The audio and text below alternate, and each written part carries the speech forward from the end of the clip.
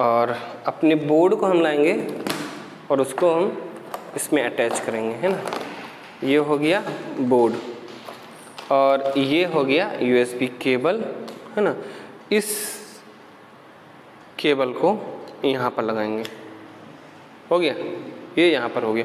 और इसको लगाएंगे यहाँ पर। ये देखो यहाँ पर पावर बटन जो LED है वो ऑटोमेटिक जलने, ये हो गया। अब ये हम लगा दिए यहाँ पर। अब इसको कनेक्ट करना है हमारे इसमें।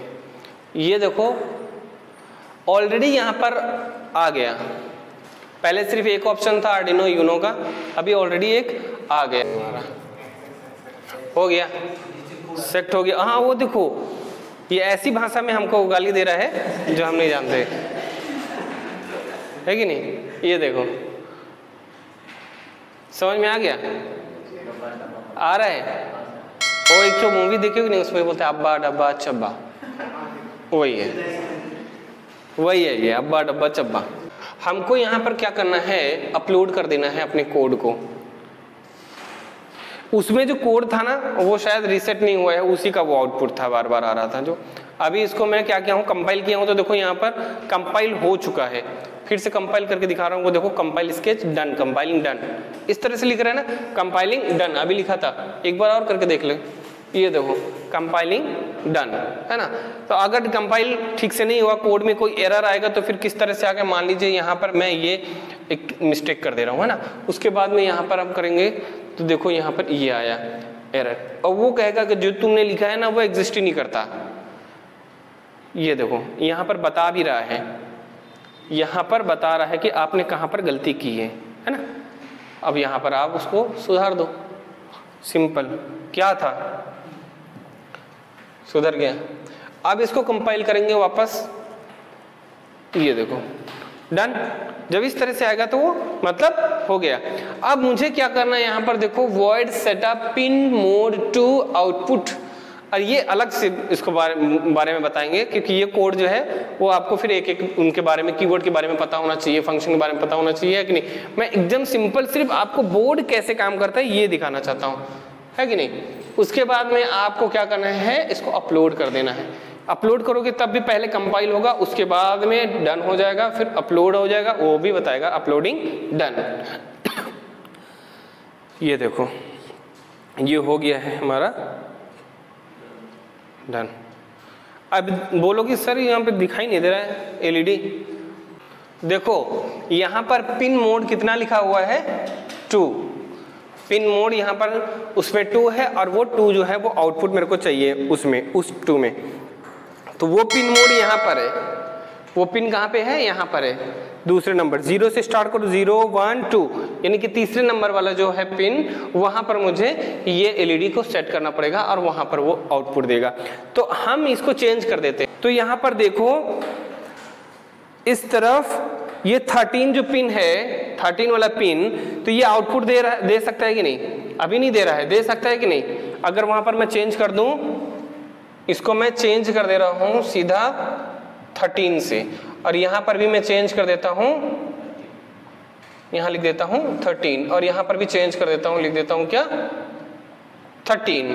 तो अभी जो आउटपुट यहाँ आ रहा था 2 पिन में, वो आउटपुट कहाँ पे आएगा, 13 पे आएगा, है कि नहीं। अब 13 पे आएगा, 13 पे आएगा तो मुझे ये जो हमारा पॉजिटिव वाला है, यानी कि बड़ा वाला जो होता है उसको पॉजिटिव, और छोटा वाला जो है वह वो नेगेटिव। और अगर मान लो दोनों वायर सेम है या फिर टूट गया, तो कैसा पता करोगे कि ये पॉजिटिव कौन सा है और नेगेटिव कौन सा है।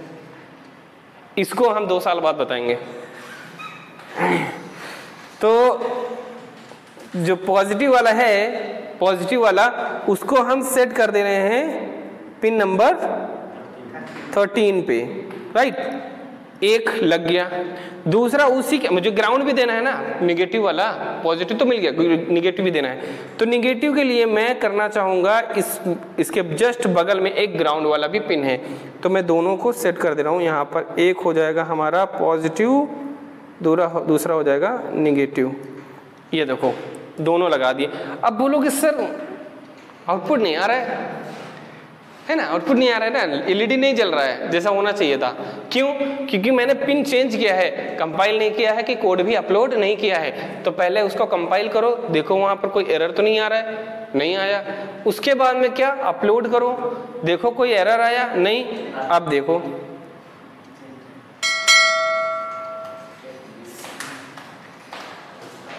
कैसा है, अच्छा है ना। चलो फिर मिठाई बांटो, सही है, चल रहा है।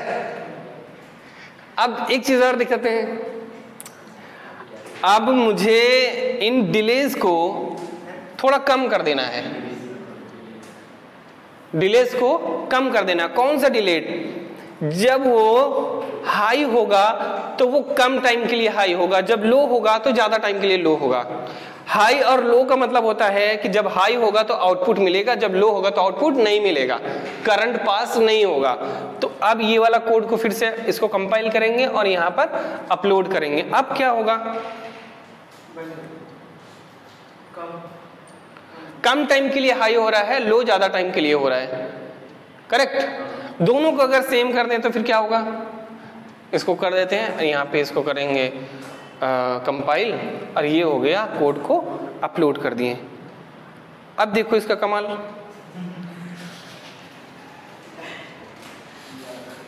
सही है। उससे भी कम करना है क्या, चलो एक एक और जीरो कम कर दे रहे हैं ना।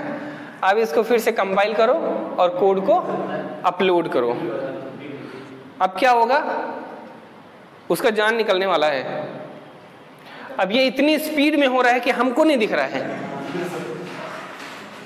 पता है वो कितना होता है, वो आँख भी आप नहीं मतलब कि ब्लिंक कर सकते हो, इतनी स्पीड में वो ब्लिंक हो रहा है ऑलरेडी।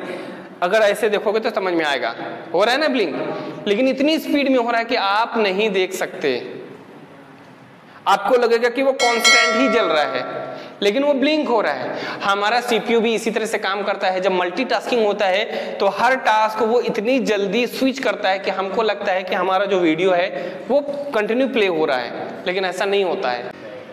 अब एक काम करते हैं, इसको 1 सेकंड के लिए ऑफ करते हैं, 2 सेकंड के लिए ऑन करते हैं, है ना, तब चलेगा। और ये आया हमारा एम्बुलेंस, आ गया, वेरी गुड। अब एक चीज और इसमें हम थोड़ा सा दिखा देते हैं, साउंड दे रहे हैं ना, अभी और आएगा। अब इसको थोड़ा सा एम्बुलेंस टाइप का बना देते हैं ना।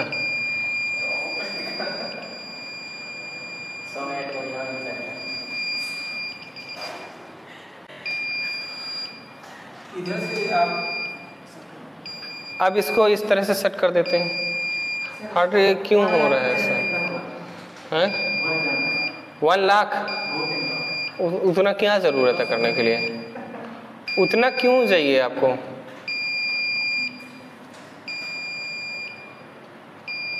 मैं इसको थोड़ा बॉम्ब वाला फीलिंग दे रहा हूं।